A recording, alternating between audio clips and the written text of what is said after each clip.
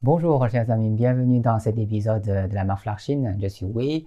La dernière fois, on a parlé des 5 principaux styles de calligraphie. Aujourd'hui, on va creuser un peu plus dans un seul style, le régulier.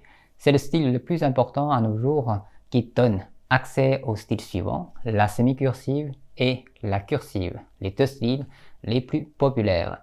Et c'est aussi, personnellement, le style qui pose le plus de problèmes car quand je travaillais dans les boutiques spécialisées, j'accueillais tous les jours beaucoup de clients pratiquants qui viennent chercher leur matériel. Pour mieux conseiller, je me pose souvent la question, quel type de régulier vous pratiquez?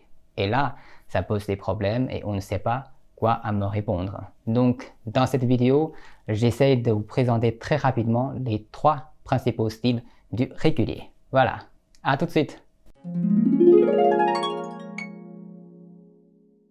D'abord, le style O, on dit Ouqi, qui renvoie à Ouyang Xun, un calligraphe réputé du début de la dynastie Tang. Deuxième, Yanti, c'est Yan Zhenqing, calligraphe réputé vers le milieu des Tang. Troisième, Liuqi, c'est Liu Gongquan. Donc, il y a un quatrième qui est style Zhao, Zhaoti, Zhao Mengfu, c'est un calligraphe et peintre de la dynastie Yuan. Ici, on ne va pas en parler parce qu'il faudrait vraiment des pages pour présenter ce génie. Donc plutôt les 3 premiers. Maintenant, on prend le caractère Tang, comme la dynastie Tang, comme exemple pour voir les différences et les caractéristiques de ces 3 styles. D'abord, O, Tang écrit par Ouyang Xun. On voit le caractère, il est beau et élégant. L'épaisseur des traits, presque tous les traits, sont proportionnés de manière homogène mais harmonieuse.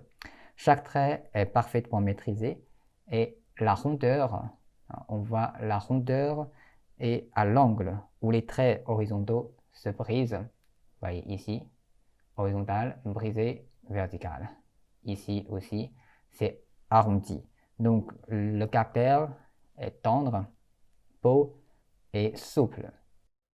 Ensuite, le Tang écrit par Yan Zhenqing. Vous voyez tout de suite la différence. Et c'est un style révolutionnaire qui se caractérise par ses traits vigoureux, assez vigoureux et ample en grandeur, comme la personnalité du calligraphe. Donc c'est un homme droit, honnête et loyal pour son pays. Donc c'est la raison pour laquelle les gens de notre époque imitent beaucoup Yan Zhenqing parce que c'est la personnalité qu'on apprécie et aussi la calligraphie après.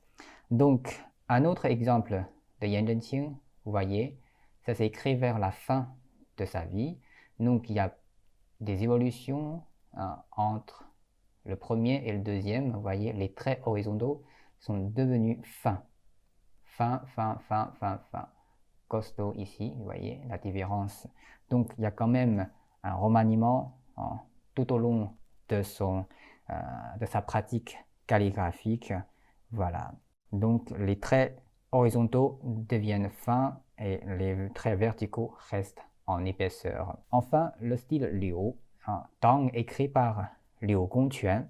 Si vous voulez, le style Liu est une fusion entre O et le style Yan, un style fusionné entre les deux premiers.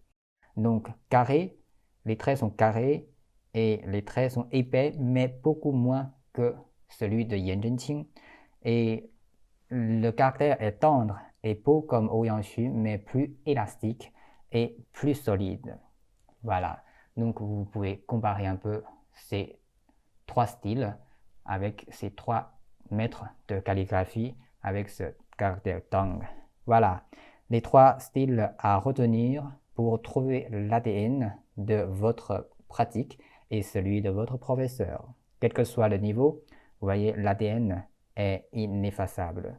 Posez la question pour savoir à quelle branche vous vous attachez. Voilà, bon courage, à la prochaine fois.